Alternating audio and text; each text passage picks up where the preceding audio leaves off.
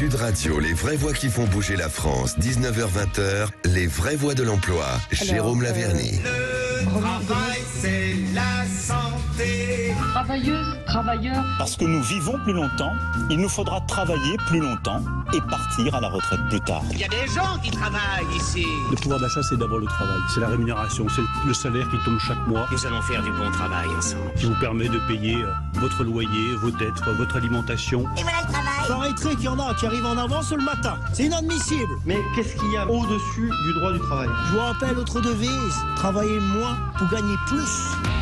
Bienvenue dans les vraies voix de l'emploi avec Jérôme Laverny. Ça va, Jérôme? Bonsoir Cécile, bonsoir Frédéric. Bonsoir Jérôme. On est ravis de vous retrouver. Allez, au sommaire de cette émission, on va parler Coupe du Monde de rugby 2023. Les recrutements en marge de la Coupe du Monde de rugby ont démarré bien avant son lancement dès septembre prochain. Le groupe Proman ou Proman, Proman exactement, recruteur officiel de l'événement, s'apprête à finaliser plus de 5000 recrutements d'intérimaires par le biais de Campus 2023. Près de 1300 apprentis. Roland Gomez sera avec nous dans quelques instants, président du groupe Proman, et pour évoquer ses perspectives d'emploi et des formations. Et Jacques Rivoal sera avec nous aussi, président de GIP France 2023, de façon plus générale sur l'organisation de l'événement. Ah oui, j'ai un autre événement qui est sympa, les JOP, Jeux Olympiques et Paralympiques. Les entreprises s'engagent également dans la perspective de ces JO 2024. La fête continue et là encore des milliers d'emplois sur l'ensemble du territoire et sur de nombreux secteurs professionnels. Pour accompagner ce mouvement de masse, Sylvain Raymond, directeur général du dispositif Les entreprises s'engagent, sera avec nous et nous le saluons. Il a notamment mis en place avec donc ces entreprises, des opérations de recrutement du stade vers l'emploi. Très sympa, on en parlera. Véritable match gagnant-gagnant entre demandeurs d'emploi et entreprises, en partenariat avec Pôle emploi. Et puis l'emploi pour d'autres grands événements, Roland-Garros qui vient de s'achever et le Tour de France qui s'apprête à démarrer. Dominique de Valence sera avec nous, directrice du développement du groupe City One, leader de l'accueil de ce type d'événement, est avec nous pour exposer en tout cas de multiples perspectives de recrutement en marge de ces événements sportifs. Et la sécurité de tous ces événements, oui, c'est un problème. Premier impératif du succès de tous ces événements sportifs, la sécurité avec à la clé, là encore, de très nombreux recrutements, mais des recrutements sur des métiers très réglementés. Pour rappel, au JO de Londres, les entreprises de sécurité de la manifestation avaient tiré la sonnette d'alarme quelques jours avant le démarrage pour signaler un manque de personnel. Ça sera le cas aussi, et pour anticiper, des formations sont d'ores et déjà mises en place avec à la clé de belles opportunités, bien au-delà d'ailleurs des Jeux de Paris 2024. Nous en parlerons avec le directeur général de Camas Formation, Ludovic Rosier. Et puis on vous souhaite la bienvenue, c'est les vraies voix de l'emploi jusqu'à 20h. Les vraies voix Sud Radio. Jérôme Laverny, avant de nous adresser à nos invités, forcément, tous ces grands événements qui sont pourvoyeurs d'emplois, avec des expertises très diverses et variées à découvrir ce soir encore. Oui, tout à fait. C'est bien une peine du reste que Rémi André n'ait pas la perspective 2023-2024 de s'y intéresser, ni même au feu d'artifice, car en réalité, c'est d'un véritable feu d'artifice dont on va parler. Ouais. Oui, il y a de très nombreux. Faut-il dire le chiffre exactement? Ça n'aurait aucun sens, si ce n'est que de souligner qu'il va y en avoir beaucoup, qu'il sera peut-être aussi l'opportunité de mettre en place de nouvelles méthodologies de recrutement comme celle impulsée par les entreprises s'engagent, tout en réconciliant pouvoir public et pouvoir privé. Il n'y a pas des méchants d'un côté, des gentils de l'autre. On est bien content d'avoir toute l'expertise, l'efficacité, la rapidité d'un groupe comme celui de Proman pour pouvoir jouer la jonction entre demandeurs d'emploi et entreprises au sens large, pas simplement dans le cadre de marchés publics, mais aussi des entreprises privées, pas simplement de grands groupes, mais des petites entreprises. Et c'est bien naturel que à cette efficacité soient confiés ces types de recrutement. Donc véritablement, c'est un feu d'artifice. Oui, dans la perspective de ces événements, c'est vrai, mais qu'on peut inscrire aussi dans le temps des années à venir. On verra tout à l'heure un dispositif qui vise notamment à former des gens bien au-delà même de ces deux rendez-vous, bien au-delà des JO, mais aussi en capitalisant sur toute l'expertise, avec City One notamment, de l'organisation des recrutements de ces grandes manifestations sportives. Rugby. Ah ouais, rugby. Roland Pérez Gomez est avec nous, président du groupe Proman. Et puis, bien entendu, Jacques Rivoal, président de GIP France 23. Ces recrutements, aujourd'hui, d'abord, ils sont du nombre de combien? Parce que ça, c'était important de le dire. Et sur quel type d'expertise? Parce que c'est très, très vaste quand même. Alors oui, c'est très vaste. On les estime, vous l'avez dit tout à l'heure, c'est peut-être pas une question trop de chiffres, mais on estime entre 4500 et 5500 postes à pourvoir sur la période, sur les 2 mois de la compétition. On interviendra essentiellement sur 3 pôles, qui est la logistique et la préparation des stades avant, l'accueil bien évidemment, les hospitalités qui vont avoir lieu durant toute la compétition, et puis après il y a une deuxième phase où il faut tout démonter, tout ranger, etc. Voilà les 3 postes, les 3 phases plus exactement. Et il y a des postes à pourvoir un petit peu de toutes sortes, des postes très classiques bien évidemment, de logisticiens, d'hôtesses d'accueil, de serveurs, de cuisiniers, de magasiniers, mais des postes aussi un peu plus drôles, des cordistes. Il faudra des gens qui soient pendus au bout d'une corde pour installer toutes les publicités autour des stades. Et puis j'ai même vu plus récemment des désoiffeurs. Les désoiffeurs, oui. Pour le rugby, non, il n'y a pas d'histoire de jeu de mots, non. Non, des vrais désoiffeurs. Donc vous savez, c'est ces personnes qui se baladent et qui remplissent les gobelets dans les stades pour pas que les gens se déplacent. Donc c'est assez drôle, désoiffeurs. On déléguera aussi ça pendant la Coupe du Monde de rugby. Est-ce qu'on demande des gens déjà compétentes sur ces sujets-là, ou il va y avoir des formations en amont? Alors on demande surtout des gens qui ont envie. On demande des gens qui aient le sourire, parce que vous savez qu'ils vont intervenir.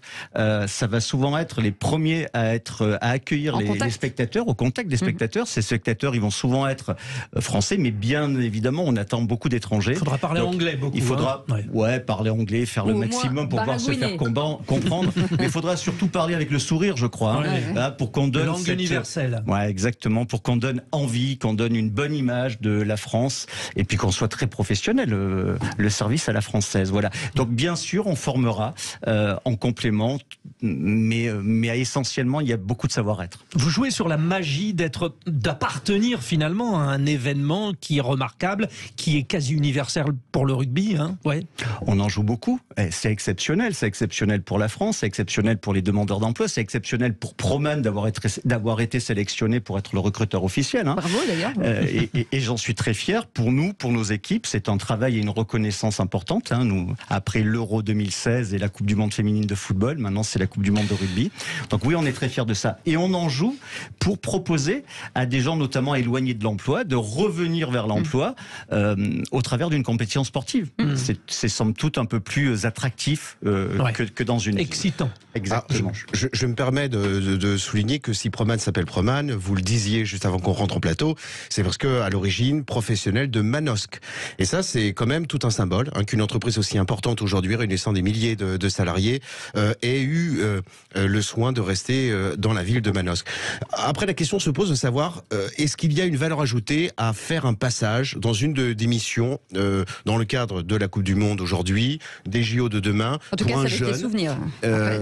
Est-ce que c'est intéressant? Oui, moi je pense que quel que soit le métier auquel on se destine derrière, d'abord, c'est quand même assez chouette de faire partir d'une aussi belle aventure, mais sans aucun doute par l'exigence qui va être nécessaire pour l'accueil des touristes, eh bien c'est quand même un gage de qualité. Et puis patatras, petite parenthèse, on retrouve l'éternel diplôme demandé par toutes les entreprises, que ce soit dans ce cadre d'événements, mais dans d'autres plus traditionnels et plus courants, c'est-à-dire l'agrégation, le CAP, le bac pro de savoir-être.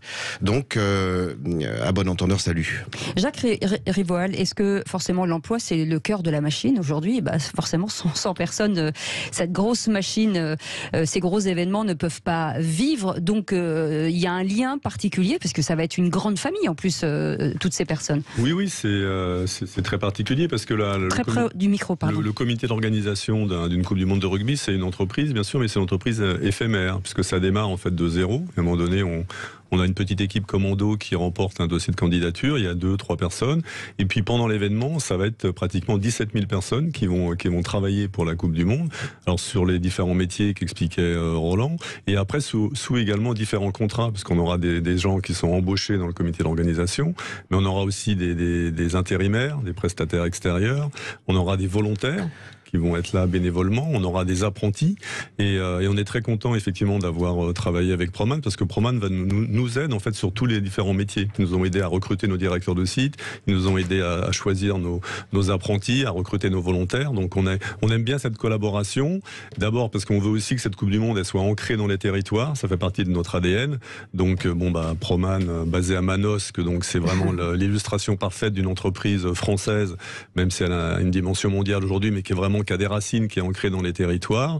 Et puis on aime bien ces formes de partenariat, de sponsoring, où en fait les partenaires avec lesquels on travaille nous aident à co-construire l'événement. C'est pas uniquement des partenaires qui arrivent pour avoir leur nom à coller à l'événement. Voilà, ils nous aident à co-construire l'événement et c'est vraiment ce qu'on veut faire avec cette Coupe du Monde. Bon.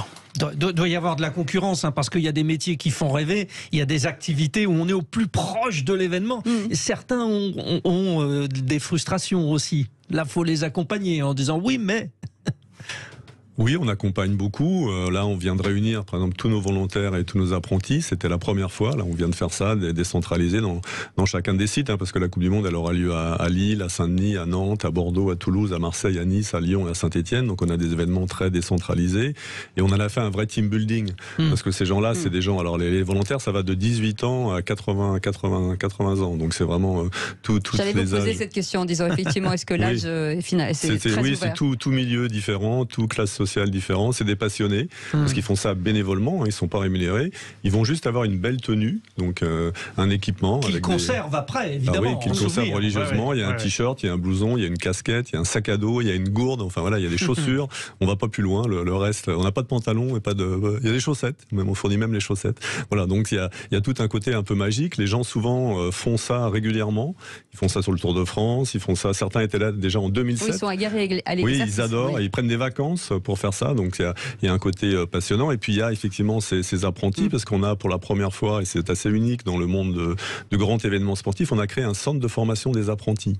Donc comme dans les grandes entreprises, on a 1300, vous l'avez cité, 1300 jeunes qui sont embauchés par nous et qui sont en alternance, 50% de leur temps en formation pédagogique et 50% de leur temps, ils sont dans des clubs de rugby et ils aident le rugby à se développer et ils vont avoir une responsabilité également pendant la Coupe du Monde. Et vous restez avec nous, on fait une petite pause. Et ça sera sur Sud Radio, Cécile, aussi, la Coupe du Monde de rugby. Il va y avoir du beau monde. Toute l'équipe de François Trio, tout ça. Il va falloir l'écouter en direct et le regarder. Et on sera certainement sur place. Vous restez avec nous, on est ensemble jusqu'à 20h et on continue à vous proposer des postes et des expertises. Et si vous avez des questions à poser, vous êtes les bienvenus. 0826 300 300. À tout de suite. Sud Radio, les vraies voix qui font bouger la France, 19h-20h, les vraies voix de l'emploi, Jérôme Laverny. Et les vraies voix de l'emploi avec nos invités, on parle de grands événements. Jérôme Laverny, forcément la Coupe du Monde du rugby, il va se passer énormément de choses les années à venir, les JO 2024, donc c'est l'année où vous allez pouvoir effectivement croiser des expertises et peut-être vous tester à certains métiers. Le sport rassemble. Et qui vous permettront peut-être de trouver votre voie. On a parlé il n'y a pas très longtemps d'emploi saisonnier. Là, on est dans quelque chose d'assez proche et dont on disait pour les emplois saisonniers que ça pouvait être précisément un petit laboratoire pour se tester, pour tester un métier, pour tester un environnement. Et pour l'employeur et pour l'employé. Exactement, dans les deux cas. Pour acquérir certaines compétences qui vont être précieuses, même sur un métier archi, supra, hyper différent. Et puis là, en l'espèce, s'agissant de ces deux grands événements, de participer à une supra, hyper belle aventure tout de même. Et puis il y a un événement, en tout cas une organisation qui s'appelle Les Entreprises s'engagent. Et pour en parler, Sylvain Raymond est avec nous, directeur général. Bonjour, merci d'être là. Expliquez-nous le principe, en tout cas ce dispositif. Oui, alors Les Entreprises s'engagent, c'est une communauté aujourd'hui qui rassemble 70 000 entreprises. Ah oui, c'est une initiative qui a été impulsée en juillet 2018.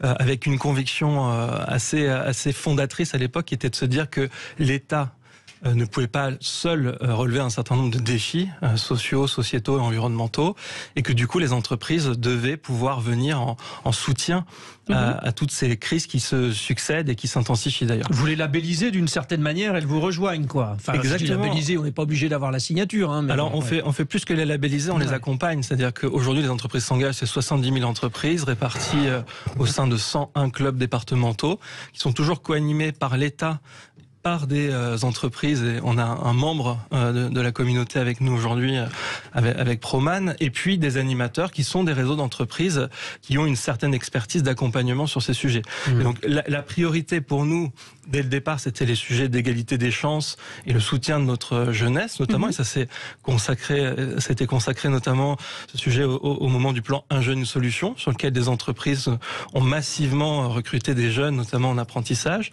et puis progressivement, la méthode a été dupliquée, répliquée à d'autres thématiques, et notamment sur le champ du recruter inclusif.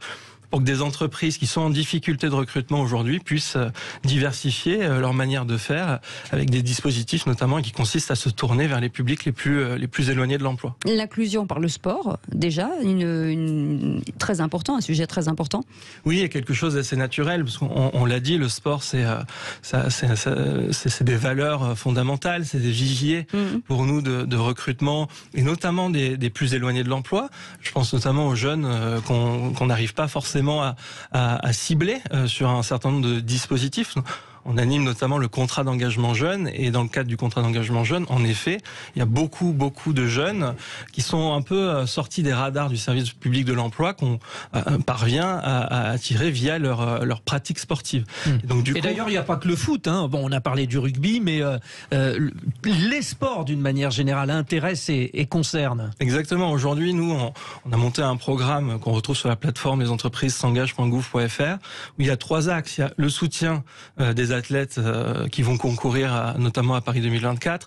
Il y a le sport en entreprise, parce qu'on est convaincu que pour fidéliser, il faut pouvoir aussi permettre à des collaborateurs de pouvoir avoir une pratique sportive, et ça, c'est un axe fondamental. Et puis il y a ce 3e axe qui est fondamental pour nous, qui est comment le sport constitue une innovation dans le recrutement, tous les dispositifs d'inclusion par le sport. Et en effet, tous les sports aujourd'hui sont représentés. On a plusieurs opérations emblématiques, dont notamment le Stade vers l'emploi. Le Stade vers l'emploi, c'est une sorte de job dating. Ça marche bien, ça. Hein, exactement, ouais. où le matin, des recruteurs et des demandeurs d'emploi se retrouvent. Il y a match. Autour T'as intérêt à faire la bonne passe décisive aux chefs d'entreprise qu'on veut viser, quoi. Hein, exactement. Alors, quand c'est de l'athlétisme, c'est plus compliqué, mais globalement, en rugby, ça passe, en effet. Le sujet, c'est ça, c'est que recruteurs et demandeurs d'emploi, de manière complètement anonyme, toute la matinée, vont pratiquer un sport et du coup échanger vraiment sur la base d'un terrain. Ensuite, ils déjeunent ensemble vraiment de manière très conviviale. Là, il y a ce qu'on appelle une levée de l'anonymat. Et puis l'après-midi, on passe en format job dating. Et c'est assez fascinant parce qu'en effet, on se rend compte que la plupart des binômes, des recrutés, ont rencontré leur recruteur le matin même. et on a des très très belles histoires d'ailleurs même de demandeurs d'emploi qui repartent directement avec l'entreprise. Et on a même vu des demandeurs d'emploi directement aller faire l'inventaire d'une grande distribution le soir même sans contrat, mais que ça s'est réglé dans les jours qui suivaient. Et donc voilà, cette pratique sportive comme levier de convivialité et de matching sur la recherche d'emploi. De rapprochement. Roland Gomez, justement, ce qu'on entend là, forcément, ce qu'on entend par le prisme du sport ou des grands événements, ça permet certainement à certains jeunes aujourd'hui, un peu en déshérence, de se dire qu'est-ce que j'ai envie de faire, finalement, de raccrocher avec l'emploi. Oui, puisqu'on dit parlons vrai. Pas plus tard que hier, je recevais des photos d'une de mes agences à Marseille.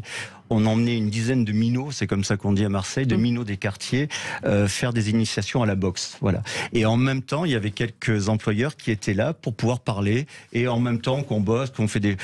voilà. Tout ce qui peut amener un jeune, tout ce qui peut amener quelqu'un qui est un peu éloigné de l'emploi à parler d'emploi au travers du sport notamment, mais pas que, c'est une bonne chose. Et c'est vrai que on parle beaucoup d'inclusion, et je répète souvent, nous, dans les 450 agences de Proman, on en fait tous les jours. Notre métier, c'est de trouver un job à ceux qui n'en ont pas, ou de les ramener petit à petit vers l'emploi. Et en plus, Dieu sait si nous avons besoin aujourd'hui de collaborateurs intérimaires. Donc oui, ces initiatives sont excellentes. Ou découvrir des nouveaux métiers. On reste ensemble, on fait une petite pause. On fait beaucoup de pauses sur Sud Radio, je suis désolée. Et on va revenir pendant la pause, on fait du sport. Voilà. Et il n'y a pas que forcément les JO, il n'y a pas que forcément le rugby, il y a d'autres événements aussi qui sont des facilitateurs pour certains jeunes qui aujourd'hui se posent des questions. On en parle dans quelques instants. C'est les vraies voix de l'emploi avec Jérôme Lavernier. On est ensemble jusqu'à 20h.